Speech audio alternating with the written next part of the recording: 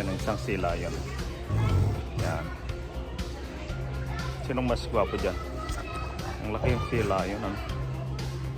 Yan. Enjoy the view. It's a beautiful day. Welcome to the vlog. The Vancouver Aquarium. Enjoy watching for the sea lion. You guys have gotten a good view of Kenai over here. Does anybody want to toss out a guess on how much the big guy weighs? Shout it out if you want to guess. What was that over there? 1,600 pounds was what you said? That's a pretty good guess. Anybody else want to guess? Nice. What do you think? 1 ton? You know what? Both excellent guesses that we got here today. Currently, Kenai the other day weighed in at 670 kilos. About, let's say, about 1,500 pounds. You guys were both right at the ballpark, but guess what? That's not even his biggest weight. His biggest weight last year, you're going to love this one. He weighed in an astonishing 957 kilos, pretty much a ton. That was an excellent guess that you had there. Now, you guys probably have some Kenai here today, so you can understand exactly what our trainers are doing. It's a try and test system. You can take these skills, you can take them home, you can use on your pets, you can use on your kids, you can even take it to work and use it on your coworkers, folks. It's a try and test system involving positive reinforcement. By show of hands here in the audience, who here has ever used positive reinforcement before? We're going to do hands over here. How about over on that side? Yeah, absolutely. If you use positive, I'm looking around the parents and my teachers today, because if you use positive reinforcement, you're definitely doing the parenting right. It's a 3-step process involving the ask. You can see that Jess right now, she's working on that ask as we speak. We're working on the behavior in order to create Kenai in choice. So we need to be very patient with these animals in order to maintain a strong bond of trust with them. So you're going to see Jess try and work through that right now with Kenai. Now, another thing that aspect to that is going to be the bridge. Now, once an animal has done the appropriate behavior that is being asked of them, you might hear our trainers use some language like good or nice for a sea lion. What do you think? Fish, yes, and lots of it, in fact. Now, our trainers here at the aquarium, they are feeding them about, for Kenai, about 33 kilograms of herring, capelin, and squid every single day. It's a huge amount of food. It's also a huge amount of opportunities that somebody like Maddie here has to interact with the animal and gain a strong bond of trust with them.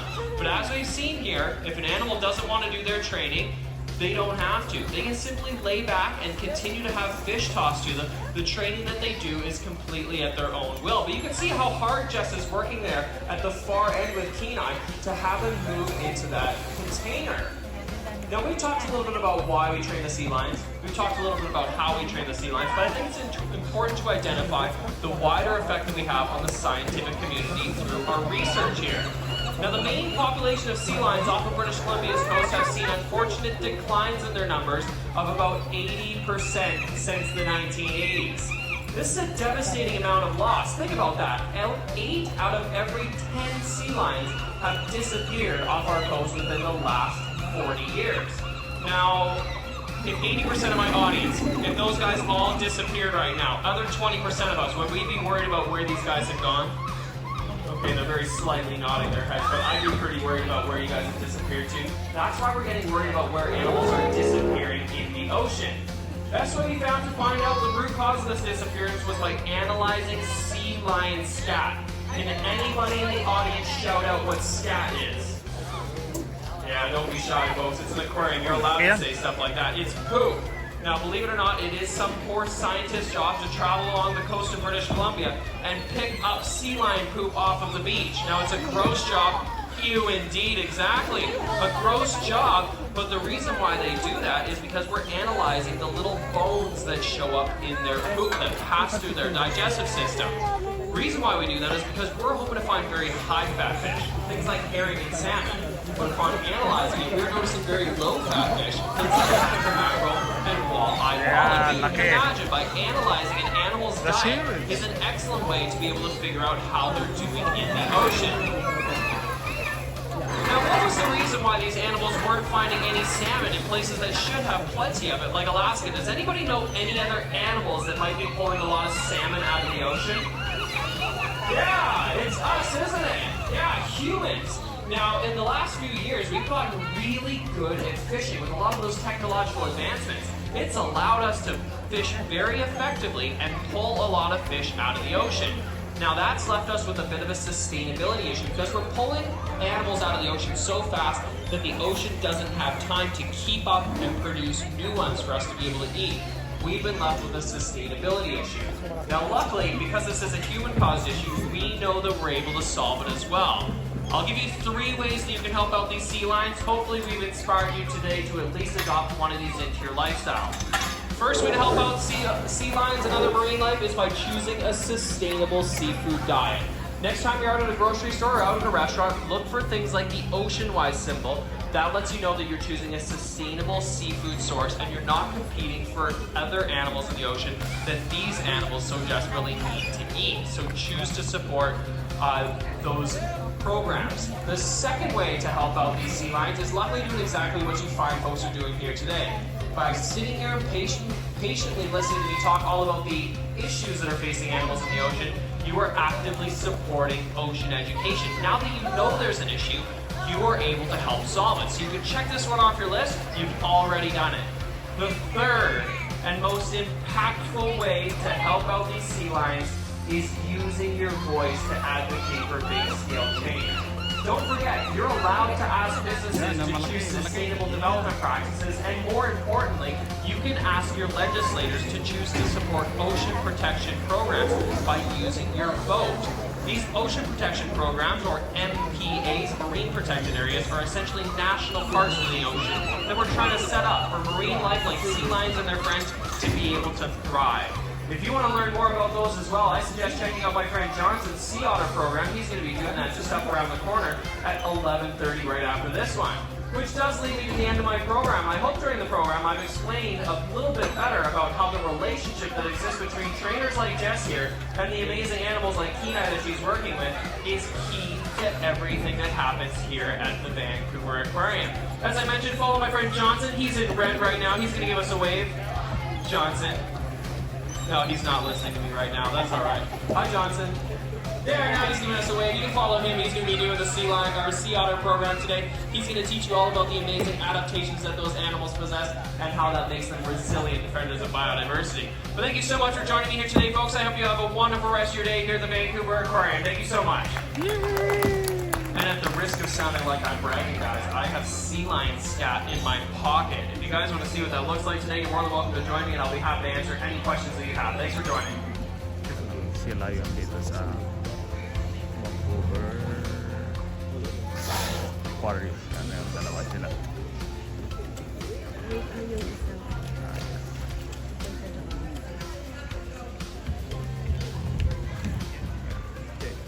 Sana yung isa. Diyan na.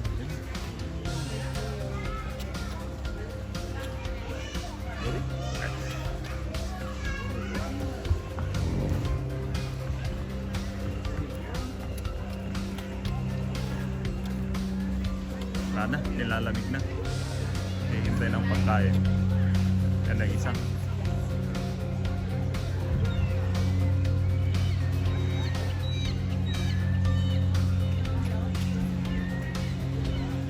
Yan na yung malaki. Malaking sila yan.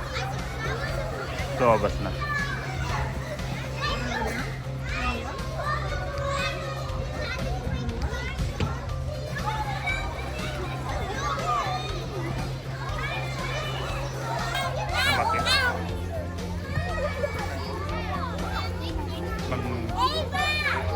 Tahun na kayo natalagaan dito.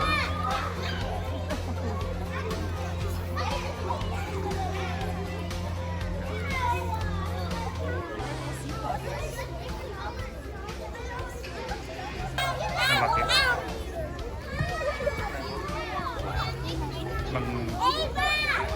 Tahun na kayo natalagaan dito.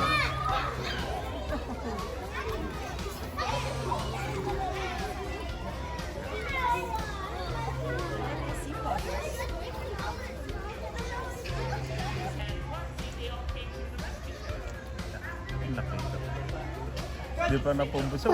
Gutom pa. Hindi pa na pagkain.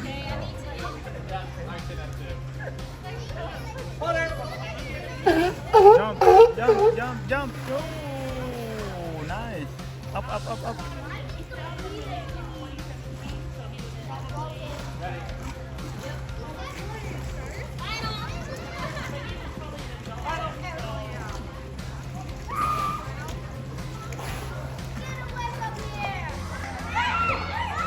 Napakain nila yan.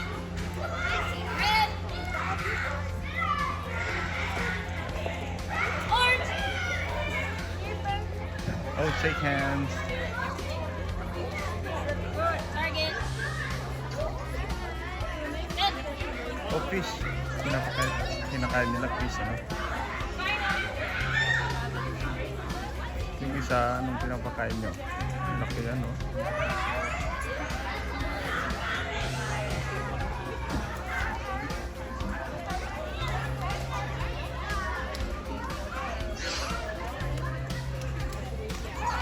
Tumataba sila. Nice dive!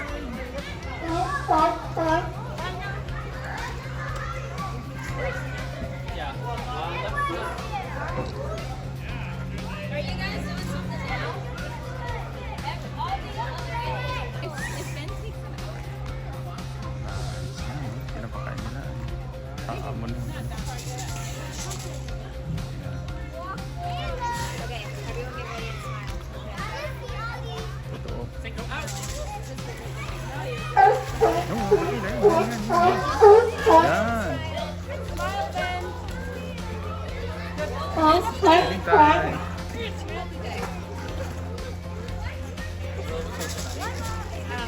Oh, so cute. Out.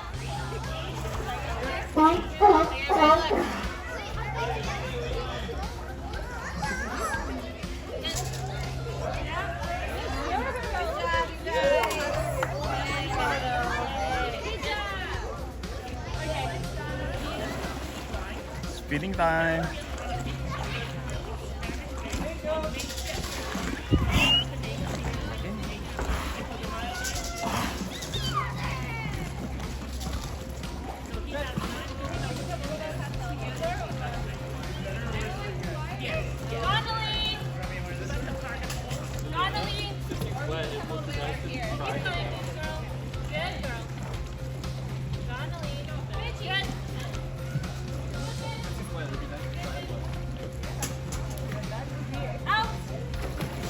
Ano? Tumakyat na. Tumakyat na. Yan. What are we doing? Do you want me to bring Donnelly or just in there? Na-train naman kayo. Out. Good. Up. Ang pinapakain nila. Fish. Yes. Hold on, I'm bringing. Yes.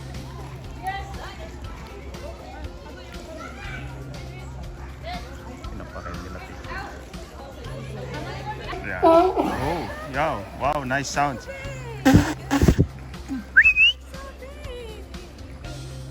Where are you? Yan. Wow. Enjoy the view. Oh yes, they're starting now, the feeding. They're starting now. Si Otter mga yan.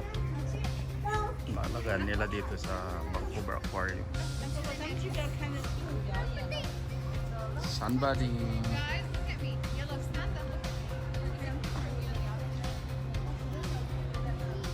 Yan, si Otter mga yan.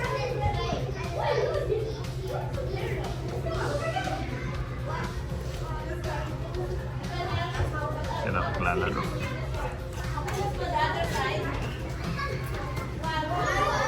To the otters. If you're ever, maybe traveling over coastline here and you see an otter, just make sure you keep your distance from them. You're very lucky. Otter that's super common in Vancouver, especially. But if you see an otter, keep an eye on it and just keep a distance. distance from it We go as to the other well. side. If you come across an animal, an otter or a seal or a seal line that might look like it needs some help maybe or to distress, you can call our rescue center. That's exactly what happened for all the otters at the aquarium here. They were all found just by someone maybe walking their dog or taking a walk on the beach in the morning, and they were seen hundreds or so during the fur trade. So some of us might be familiar with that. So the otters were hunted quite a lot during the fur trade. Their numbers before were maybe in the 50 to 60,000 individual range. After the fur trade ended around the early 1900s, the otter population here in BC actually dropped all the way down to zero. There were no more otters left here in BC because they all